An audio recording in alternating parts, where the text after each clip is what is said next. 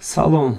Давоми қисмати мавзӯи мо ин шиносоӣ бо узвҳои растании гулдор ҳастанд. Растаниҳо ҷудо мешаванд ба растаниҳои гулдор ва растаниҳои бегул.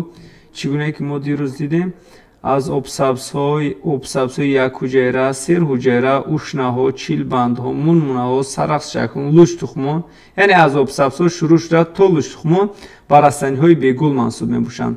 Ва аз пуштатухмон растаниҳои пуштатухмонашон растаниҳои чӣ мебошанд? Растаниҳои гулдор мебошанд. Ва ҳоло мо дида мебарем узвҳои растании гулдорро. Ногуфта намонад ки агар растанӣ дар давоми ҳаёташ ақаллан як маротиба гул кунад, агар ин растании гулдор ҳисобида мешавад. Новбаста аз оне ки ӯ чӣ қадар сол умр мебинад, ӯ растании гулдор ҳисобида мешавад. Ва растаниҳое ки мо номбар кардем, аз обсабз то лӯчтухмон, растаниҳое мебошанд ки дар давоми ҳаёташон ягон маротиба гул намекунанд. Ва ҳоло узвҳои растании гулдорро мо дида мебарем. Узвҳои растании гулдор ба ду гурӯҳ ҷудо мешаванд. Ба ду гурӯҳ ҷудо мешаванд. Узвҳои генеративӣ, узвҳои генеративӣ ё ин ки мегӯянд узвҳои ҷинсӣ. Ва гурӯҳи дуюмаш бошад узвҳои вегетативӣ.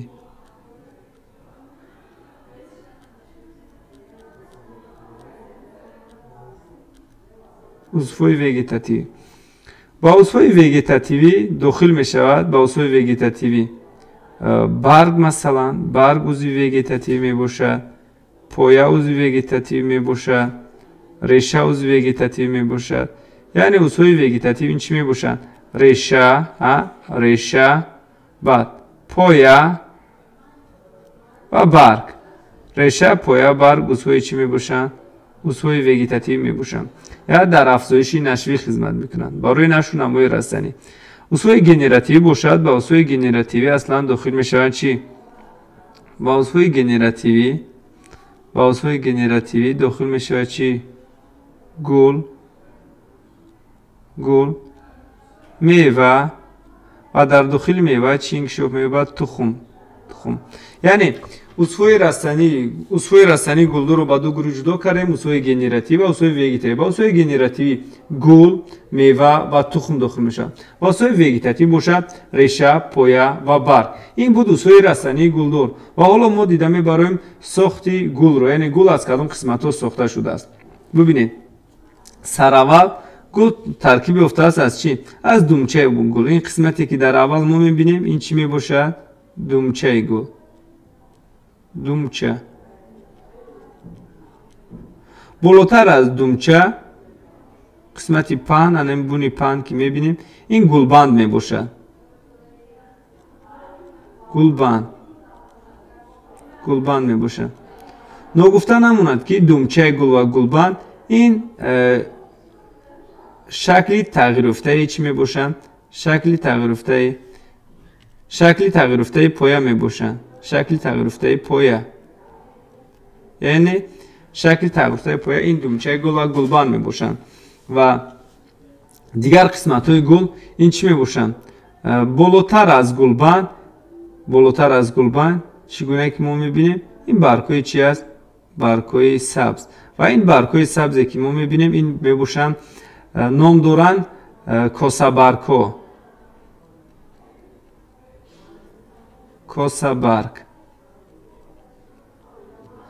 маҷмӯи косабаргҳоро, яъне ҷамъи косабаргҳо, ин косабарг мебошанд сабзини косабарг. маҷмӯи косабаргҳоро косагул мегӯянд. косагул.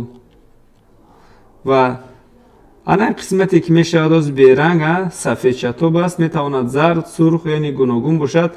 ва ин қисмати рангаро аслан ин ҳоло беранг аст. қисмати сафеде ки мо дар қисмати боло мебинем, аз қисмати поён косагул ва маҷмӯи косагулҳо, маҷмӯи косабаргҳо косагулро ташкил мекунанд. аз қисмати боло бошад ин гулбаргҳо мебошанд. гулбарг. маҷмӯи ин гулбаргҳо, яъне ҷамъи гулбаргҳо бошад, аз қисмати боло ҷойгир шудан чиро ташкил мекунанд? тоҷгулро ташкил мекунанд. тоҷгул. бубинед, аз қисмати боло, дар қисмати боло айна се то ишора шудааст ба монанди тоҷ мебошад, аз инро тоҷгул мегӯям. Аз қисмати поён бударо чӣ мегӯям? Косагул. Тоҷгул ва косагулро дар якҷоягӣ, масалан косагул ва тоҷгулро дар якҷоягӣ гулпӯш мегӯянд. Гулпӯш. Бибинед, косагул ва тоҷгулро дар якҷоягӣ гулпӯш мегӯянд, ки гулпӯш якчанд вазифаҳоро иҷро мекунад. Масалан, яке аз вазифаҳои гулпӯш ин муҳофизат кардани узвҳои асосии гул. Масалан, дар қисмати дохил мо мебинем узви ҷинсии занона тухмдон ва узви ҷинсии мардона бошад гардбарг мебошанд. Гардбарг ва тухмдонро чӣ мекунад? Ҳифз мекунад. Ин муҳофизат кардани узвҳои асосии гул. Узвҳои асосии гул ногуфта намонад, ки тоҷгул ва косагул мебошад. Узвҳои асосии гул тухмдон ва гардбарг мебошанд. Ан ҳаминро чӣ мекунад? Муҳофизат мекунад. Ва вазифаи дигараш бошад ин ҷалб кардани ҳашароти гардолудкунанда, яъне ҳашароте ки барои растанӣ, гардолушани растанӣ ҳашарот лозим аст ва ан ҳамин ҳашарот ан ҳамин рангорангиро дида ба сӯи гул чӣ мешавад? Равона мешавад ва барои гардолуд кардан мусоидат мекунад. Яъне яке аз вазифаҳояш муҳофизатӣ, вазифаи дуюмаш бошад ин чи ҷалб кардани ҳашароти гардолудкунанда. ин муҳофизат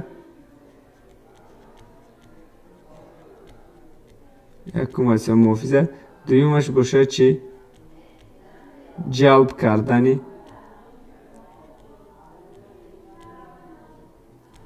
ҳашаротҳо, ҷалб кардани ҳашаротҳои гардолудкунанда. Дигари қисматҳои гул ин чӣ мебошад? Тухмдон, масалан тухмдон ки аз се қисмат иборат мебошад. Ин қисмати аввали тухмдон ном дорад гардгирак. Гардгирак. қисмати дуюмаш сутунчаи борик мегӯянд. Ана ин қисмат чи аст? қисмати дуюм ин ном дорад сутунчаи борик. Сутунча. қисмати сеюм ана ин буни паҳн. қисмати паҳне ки мебинем, не тухм ғурак.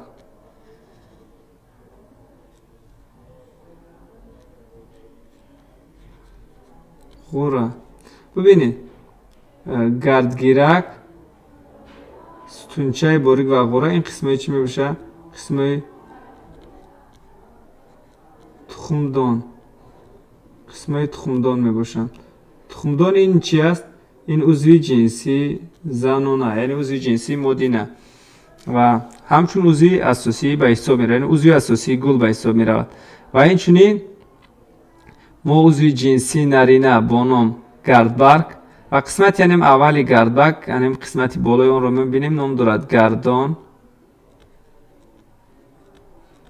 Гардон. Ва дар қисмати дар поён ҷойгир буда, ана ин қисмати дар поён аст, ин поячаи гардбарг. Поячаи гардбарг ном дорад. Гардон ва поячаи гардбарг дар якҷоягӣ чиро ҳосил мекунад? Худи гардбаргро ҳосил мекунад. Гардбарг. Гардбарг ин узви ҷинсии нарина ба ҳисоб меравад. ин буд қисмаи асосии гул. Ва ногуфта намонад ки қисмати чӣ? косагул, яъне косабаргҳо, гулбаргҳо, тухмдон ё пестик мегӯянд, мевадон ё мевабарг ва инчунин гардбаргҳо ҳама шакли тағйирофтаи барг мебошанд. ин баргҳои шаклигар карда мебошанд ва думчаи гул ва гулбанд бошад, ин шакли тағйирофтаи поя мебошад. Аз ин рӯ гул чист? Гул навдаи кӯтоҳи шаклигар кардаро меноманд. Навдаи кӯтоҳи шаклигар кардаро меноманд, ки аз он оянда чи мева пухта мерасад. Бибинед ки чӣ гуна шакли худро тағйир дод. Уна баргҳое ки мо мебинем, ин гулбаргу тухмдону гардбарг, ҳама ин узвҳое ки мо мебинем дар гул, ҳама тағйирофта, яъне шакли тағйирофтаи барг мебошанд. Ва як қисмати дигараш бошад, шакли тағйирофтаи чӣ мебошанд? Поя мебошанд. Ва дар ин ҷо диаграммаи гул, ин ки формулаи гул ишора шудааст. Дар ин ҷо дар буруши кундаланг, яъне гулро аз қисмати боло буридем ва дар буруши кундаланг мо назар мекунем. Бибинед ки این قسمتی که از همه بیرون قرار دارد، از همه قسمتی بیرونه، این سبزی که ما میبینیم قسمتی از طرف بیرونه یکم میشود از قسمتی بیرون. الان در قسمتی بیرون جایگیر شده. این نام دارد چی؟ کوسابرگ ها. کوسابرگ یعنی که کوساگول میگوییم، یعنی مجموعی آنها کوساگول. و با حرفی ک اشاره میکنم، با حرفی ک. و در دویم ریاد باشد، در قبط دویم باشد، این چی رنگ و رنگی بنفش دارد و اینش باشد چی می باشد؟ گلبرگ. گلبرگ و مجموعی آنها چی رسل میکنن؟ توجگل رسل میکنن. توجگل. مجموعی آنها توجگل رسل میکنن و اشاره میکنن با حرفی ت. با حرفی ت. و در اینجا ببینید کوسابرگ. کوسابرگ چند تا؟ 1 2 3 4 5. یعنی اشاره میکنن کوسابرگ چند تا؟ کوسابرگ 5 تا. و توجبرگ باشد، وقتی شما شماره اون رو حساب کنید، آنها هم چند تا میباشد؟ 5 تا میباشد. توجبرگ نیست، 5 تا میباشد. و بعد از آن در قسمت داخل جایگیر شده است.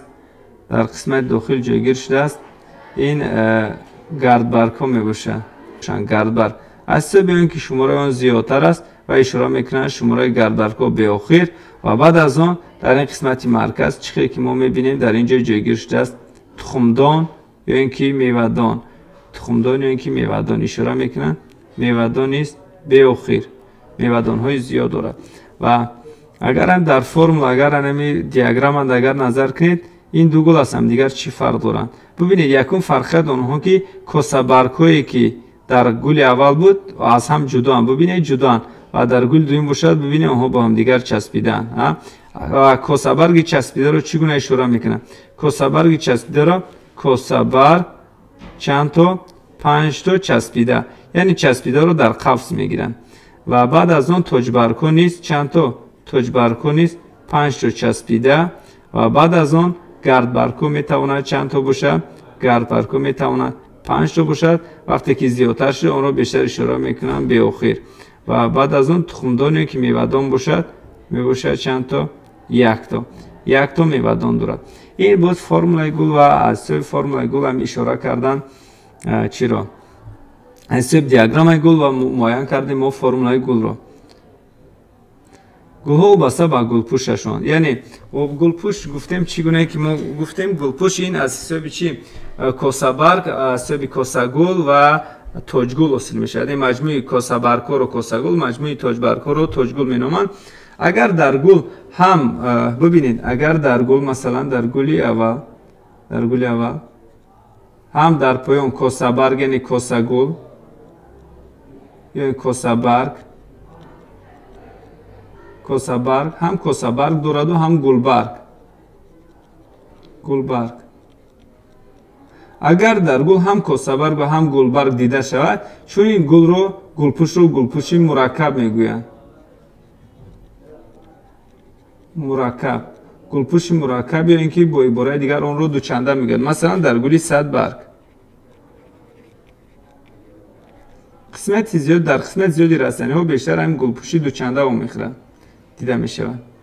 و در دیگر رستنی میبینیم در اینجا تنها چی دارد؟ در اینجا تنها گلبرگ دارد. یا اینکه در این رستنی تنها یک نمود برگ، اما در گل تنها برگ‌های رنگین گلبرگ رو میخورد، کوسابرگش وانه میخورد. و چون این نمودی گلپوش رو گلپوشی عادی میگویند. عادی. و در بعضی حالت ها میشد که در گل نه، ببینید در اینجا نه کوسابرگ و نه گلبرگ، نه کوسابرگ دارد نه گلبرگ دارد. از این رو چنین نمودی گلپوش رو گلپوشی چی میگن؟ لوچ یا اینکه اوریون. گلپوش لوچ یا اوریون در رستنی ب دیده میشود. مثلا ب عادی باشد در لاله، مثلا لاله، زنبق و غیره. خلاصه این بود گلپوش، نمودهای گلپوش. و گل‌ها از روی جنس میشوند و گل‌ها را از روی جنس به دو گروه جدا میکنند. گل‌ها را از روی جنس به دو گروه جدا میکنند. گل‌های دو جنسه و گل‌های چی؟ گل‌های جدا جنسه یا اینکه یک جنسه. وقتی که شما میبینید در یک رسانه ببینید این عضو تخمدان بودند، تخمدان عضو جنسی مادینه. در این رسانه وقتی که میبینید تخمدان در یک گل هم تخمدان ببینید هم تخمدان دیده میشود و این چنین عضو جنسی نرینه، عضو جنسی نرینه چی؟ گردبر. در یک گل وقتی هم گردبر هم تخمدان در یک گل بخورد، اگر چون نمودی گل رو گل‌های دو جنسه میگن و در گل‌های جدا جنسه باشد وقتی که شما در یک رسم در یک گل میبینید تنها در این چی گردبر دیده میشه، یعنی عضو جنسی نرینه در یک گل عضو جنسی نرینه یعنی گل‌های نرینه میگن، در گل دوم باشد عضو جنسی مادینه یعنی گل‌های چی گل‌های مادینه دیده میشه. این تخمدان است، تنها تخمدان دارد، تنها گردبر دارد. اگر گل‌هایی که تنها تخمدان دارند این گل‌ها رو گل‌های زنانه میگن و گل‌هایی که تنها چی دارن گردبر دارن اون گل‌ها رو گل‌های مردانه میگن. خلاصه این اگر گل رو نگاه کنید جدا جنسه میباشد، جدا جنسه یعنی عضو جنسی نرینه مادینه در رسانه گوناگون میباشند. چه خیلی که در حیوان معلوم است، مثلا بعضی حیوان هستند که دو جنسه هرمافرودیت و بعضی هست که برعکس آنها جدا جنسه. خلاصه این بود گل و باز میشه که رسانه‌های دو جنسه و یک جنسه. خلاصه رسانه‌ها رو از روی جنسشون جدا میکنه، اصلا رسانه‌ها رو بیشتر به یک خانگی و دو خانگی جدا میکنه. مثلا یک خانگی رسانه‌ای که یک خانگی و رسانه‌های دو خانگی ببینید نکن. اگر در رسانه یک خانگی باشد اصلا این دو جنسه می باشد. در مثلا رسانه جوهری مکه در هم قسمت بالای جوهری مکه این چی است؟